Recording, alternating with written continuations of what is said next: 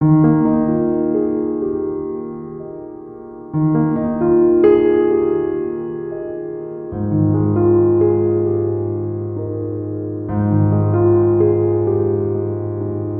day was cool.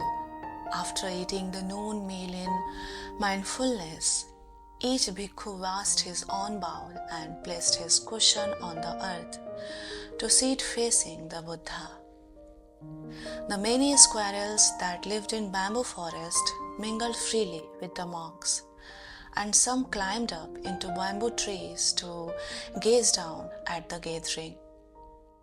Svasti saw Rahula sitting directly in front of the Buddha, and he quietly tiptoed there and placed his cushion next to Rahula's. They sat together in the lotus position. In that serene and dignified atmosphere, no one spoke. Svasti knew that each bhikkhu was following his breath mindfully, waiting for the Buddha to speak. The Buddha's bamboo platform was high enough for everyone to see him clearly. The Buddha had a relaxed yet majestic air like that of a lion prince. His eyes filled with loving compassion as he looked out over the assembly. When his eyes came to rest on Svasti and Rahula, the Buddha smiled and began to speak. Today, I wish to tell you about the work of tending water buffaloes, that what a good buffalo boy must know and what he must be able to do. A boy who cares well for water buffaloes is a boy who easily recognizes each buffalo under his care, knows the characteristics and tendencies of each one, knows how to scrub them, care for their wounds, chase mosquitoes away with smoke, find safe paths for them to walk, love them, find safe and shallow places for them to cross the river, seek fresh grass and water for them, preserve the grazing meadows, and let the older buffaloes serve as good models for the younger ones. Listen, bhikkhus. Just as a buffalo boy recognizes each of his own buffaloes, a bhikkhu recognizes each of the essential elements of his own body. Just as a buffalo boy knows the characteristics and tendencies of each buffalo, a bhikkhu knows which actions of body, speech and mind are worthy and which are not. Just as a buffalo boy scrubs his animals clean, a bhikkhu must cleanse his mind and body of desires, attachments, anger and aversions. As he spoke, the Buddha's eyes did not leave Svasti. Svasti felt that he himself was the source of the Buddha's words. He recalled how, years before, while sitting at the Buddha's side, the Buddha would ask him to describe in detail his work of tending water buffaloes. How else could a prince raised in a palace know so much about buffaloes? Though the Buddha spoke in a normal voice, each sound rose clear and distinct, and no one missed a word. Just as a buffalo boy cares for his buffalo's wounds, a bhikkhu watches over his six sense organs, eyes, ears, nose, tongue, body and mind, so that they do not become lost in dispersion. Just as a buffalo boy protects his buffaloes from mosquito bites by building fires to create smoke, the bhikkhu uses the teaching of becoming awake to show those around him how to avoid the afflictions of body and mind.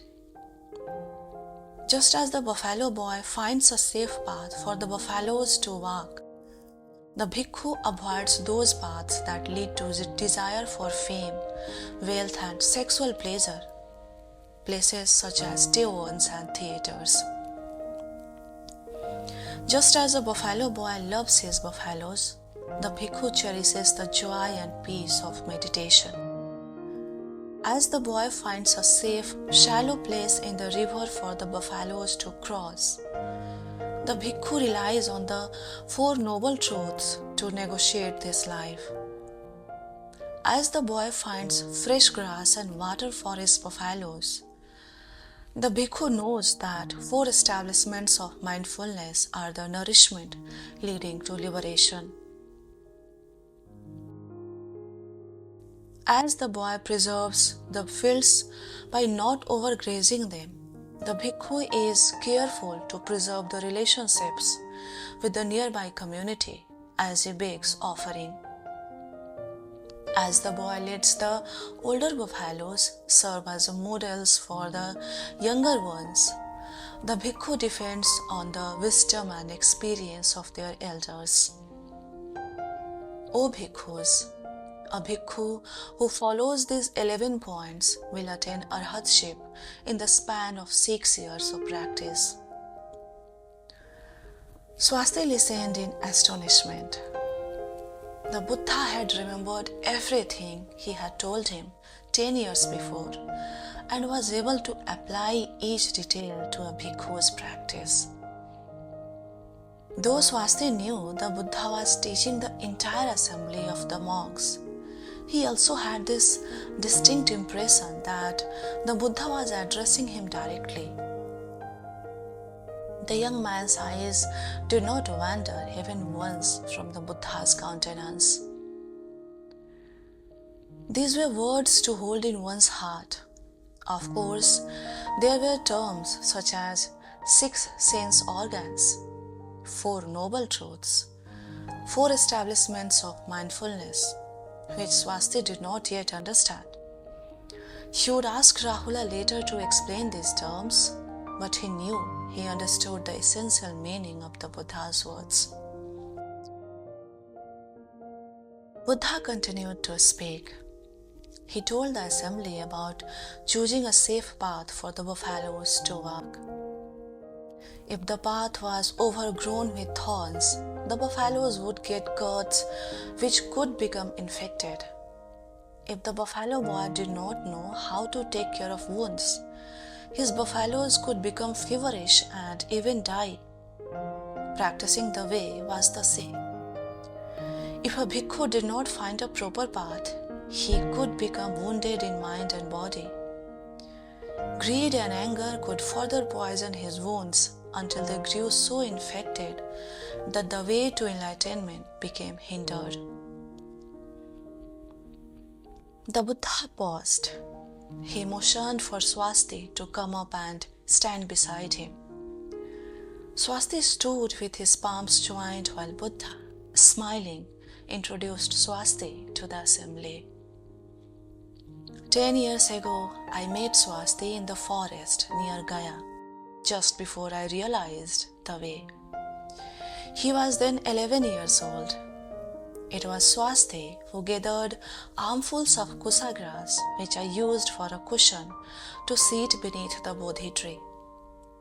Everything I have taught about water buffaloes, I learned from him.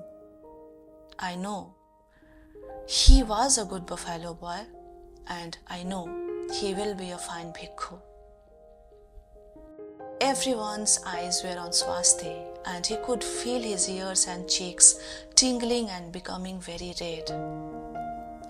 The men all joined their palms and bowed to him, and he bowed back to them.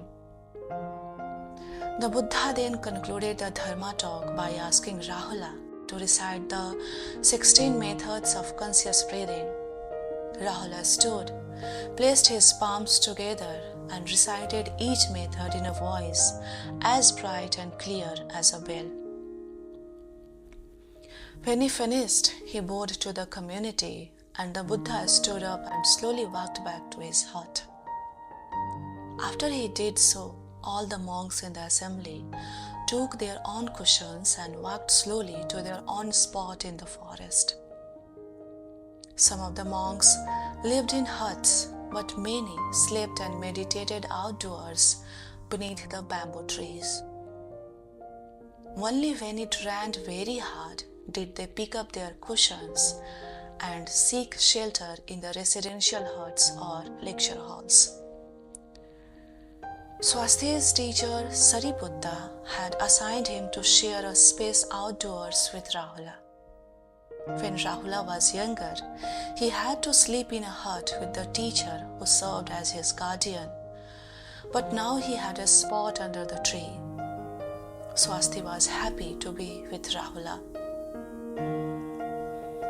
Later that afternoon, after sitting meditation, Svasti practiced walking meditation alone. He selected an empty path to avoid encountering others, but he found it difficult to remain concentrated on his breathing. His thoughts were filled with longing for his brother and sisters and the village at home. The image of the path leading to the Niranjara river rose clearly in his mind. He saw little Bhima lowering her head to hide his tears and Rupak caring for Rambhul's water buffaloes alone. He tried to chase these images away and focus on nothing but his steps and breathing, but the images continued to flood him. He felt ashamed that he could not devote himself to his practice, and he felt unworthy of the Buddha's trust. After walking meditation, he thought he would ask Rahula for help. There were also several things the Buddha had said in his Dharma talk that morning that he had not fully grasped, and he was sure Rahula could explain them to him. Just thinking about Rahula encouraged and calmed him, and he found it easier to follow his breathing and each slow step. Svasti had not yet had a chance to look for Rahula when Rahula came looking for him. He led Svasti to sit beneath a bamboo tree and said, "This afternoon I met the elder Ananda. He would like to hear all about how you first met the Buddha." "Who is Ananda, Rahula?" "He is a prince of Sakya line and the Buddha's cousin. He became a monk 7 years ago and now he is one of the best disciples. The Buddha loves him dearly. It is he who looks after the master's health. Ananda has invited us to come to his hut tomorrow evening. I too want to hear all about the time the Buddha was living in the Gaya forest." "Has not the Buddha already told you?" Yes, but not in detail. I'm sure you have a lot of stories to tell." "Well, there is not really much, but I'll tell all I remember." "Rahula, what is Ananda like? I feel a little nervous." "Don't worry, he is very kind and friendly. I told him about you and your family, and he was delighted. Shall we meet in this spot tomorrow morning when we go begging for food? Now I must wash my robe so it will be dry in time." As Rahula stood to leave, Svasti tugged lightly at his robe. "Can you sit for just a while longer? There are some things I want to ask you. This morning the Buddha spoke about 11 points a bhikkhu must follow, but I can't recall all 11. Can you repeat them for me?"